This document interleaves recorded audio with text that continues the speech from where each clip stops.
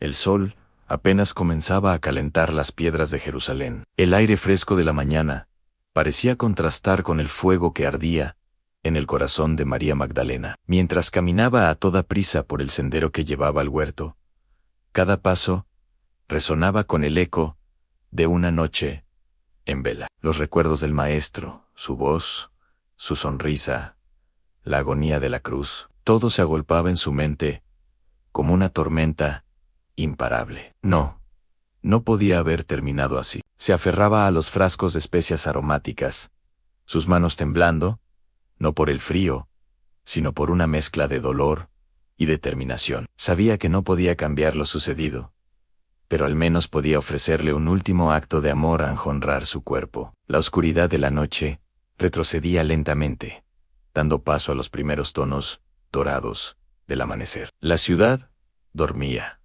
pero su alma estaba más despierta que nunca. No importa si otros tienen miedo, se dijo a sí misma. Yo seguiré amándolo. Su lealtad era un faro en medio de la desolación. Al llegar al huerto, una imagen la dejó sin aliento. La piedra, esa roca inmensa que sellaba la tumba, estaba removida. El corazón le dio un vuelco. Corrió, tropezando casi con sus propios pies. Se asomó al interior del sepulcro y un grito ahogado escapó de sus labios. Estaba vacío. Las especias cayeron de sus manos y se rompieron contra el suelo. ¿Qué han hecho?, susurró con la voz quebrada. ¿Quién se lo llevó? ¿A dónde? El pánico se apoderó de ella. Sin pensarlo dos veces, echó a correr hacia donde estaban Pedro y Juan con palabras entrecortadas por los sollozos. Les contó lo que había visto. Ellos, alarmados, corrieron hacia la tumba. María los siguió, aunque sentía que las fuerzas la abandonaban. Pedro entró primero, seguido de cerca por Juan.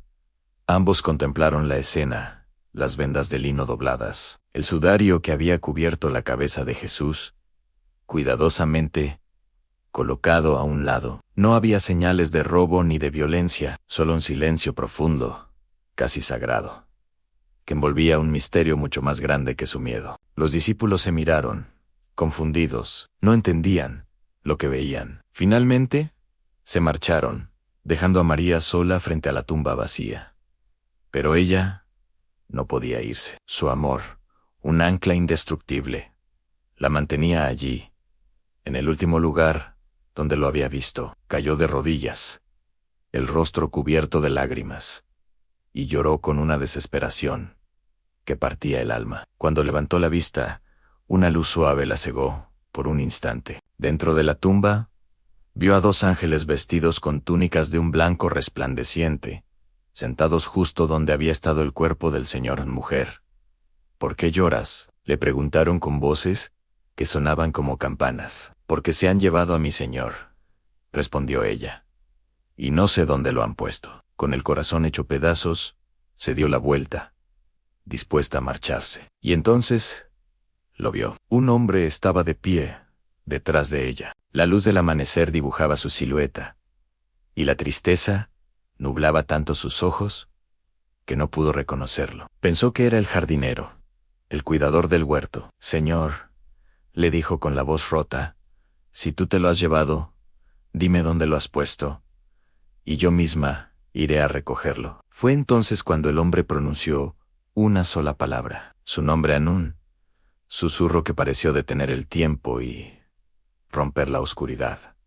María, en esa voz. Ella la conocía mejor que su propia respiración. Era la voz que la había rescatado de su pasado, que la había sanado, que la había hecho sentirse vista y valorada por primera vez en su vida. La forma en que dijo su nombre, con esa mezcla única de ternura y autoridad, fue como un relámpago que iluminó su alma. María tembló. Su corazón, que hasta hacía unos segundos estaba destrozado, explotó en un júbilo que no podía contener. Raboni, exclamó, cayendo a sus pies. ¡Maestro! Jesús estaba vivo, su Señor, su guía, su esperanza. Había vencido a la muerte. En ese preciso instante, María comprendió que cada promesa, cada palabra de Jesús, Era verdad, que su amor no había terminado en una tumba, sino que apenas comenzaba una nueva y gloriosa etapa. Jesús la miró, con la misma compasión infinita, con la que la había mirado el primer día que se encontraron. No me retengas, le dijo con suavidad, porque todavía no he subido a mi Padre. Pero ve y dile a mis hermanos, que subo a mi Padre, y a vuestro Padre, a mi Dios, y a vuestro Dios. María sintió un impulso irrefrenable de abrazarlo, de no soltarlo jamás. Pero Jesús le había dado una misión a ella, a una mujer que la sociedad de su tiempo consideraba insignificante, a una persona que muchos veían como irrelevante, a alguien que había sido rota, pero que el amor del Maestro había restaurado por completo. Se puso de pie. La tristeza se había transformado en una fuerza arrolladora. Corrió de regreso a la ciudad, sintiendo que sus pies apenas tocaban el suelo. Su corazón latía con fuerza, y cada latido parecía gritar el mismo mensaje glorioso. Él vive, Él vive. Cuando llegó al lugar donde se escondían los discípulos, irrumpió en la habitación, sin aliento, pero con el rostro iluminado por una alegría contagiosa. «He visto al Señor», exclamó. «Él está vivo, me habló y me envió a ustedes». Algunos la miraron con duda, otros quedaron en silencio, atónitos. Pero había algo en sus ojos, un brillo, una certeza inquebrantable, que no se podía fingir. Era la convicción que solo nace de un encuentro real, de una experiencia que transforma la vida para siempre. Y así, María Magdalena se convirtió en la primera testigo de la resurrección, la primera mensajera del acontecimiento más trascendental de la historia humana. Y no fue elegida por su fuerza, ni por su estatus social, ni por su intelecto. Fue elegida por su lealtad inquebrantable, por su amor sincero, por permanecer cuando otros se habían ido, por buscarlo incluso entre lágrimas, por no permitir que el miedo apagara la llama de su devoción. La historia de María Magdalena es un poderoso recordatorio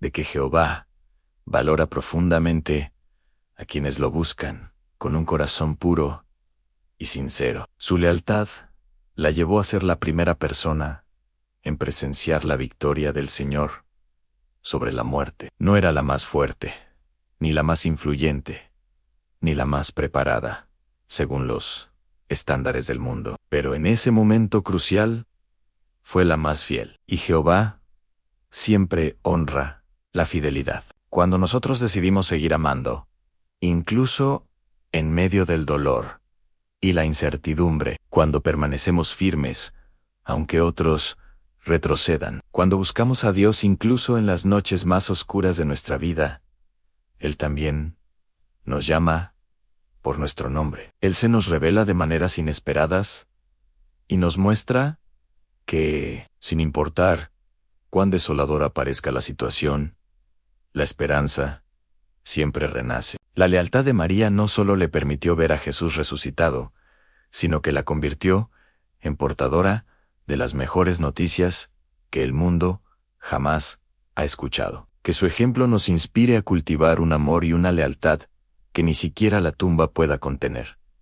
Gracias por acompañarnos en esta reflexión. Si esta historia te ha conmovido, no olvides suscribirte y compartirla. Hasta la próxima.